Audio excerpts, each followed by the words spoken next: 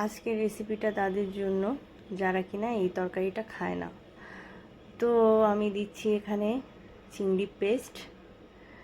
ভাজা পেঁয়াজের মধ্যে চিংড়ি পেস্টটা দিয়ে দিতে হবে, ভালো করে কষাতে হবে। আর তার মধ্যে দিতে হবে হচ্ছে আদা রসুন পেস্ট, আর ধনে গুঁড়ো, হলুদ গুঁড়ো, লঙ্কা গুঁড়ো, আর সামান্য একটু চারমগজ বাটা দিয়েছি আমি 1 চামচের মতো।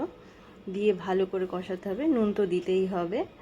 তার মধ্যে দিতে হবে ভেন্ডি আর হচ্ছে গিয়ে আলু। এই তরকারিটা অনেকে খায় না, ভেন্ডি তরকারিটা অনেকে খায় না। তো এইভাবে আপনারা করবেন, দেখবেন অবশ্যই ভালো লাগবে, খেতে খুব ভালো লাগবে। তারপরে সামান্য এরকম জল দিতে হবে, গায়ে গায়ে থাকবে জলটা। তারপরে যখন জলটা শুকিয়ে যাবে তার মধ্যে কাঁচা সর্ষের তেল উপর দিয়ে দিয়ে দিতে হবে, কাঁচা সর্ষের তেল আর একটু ভাজা জিরের গুঁড়ো দিয়ে দিয়েছি আমি।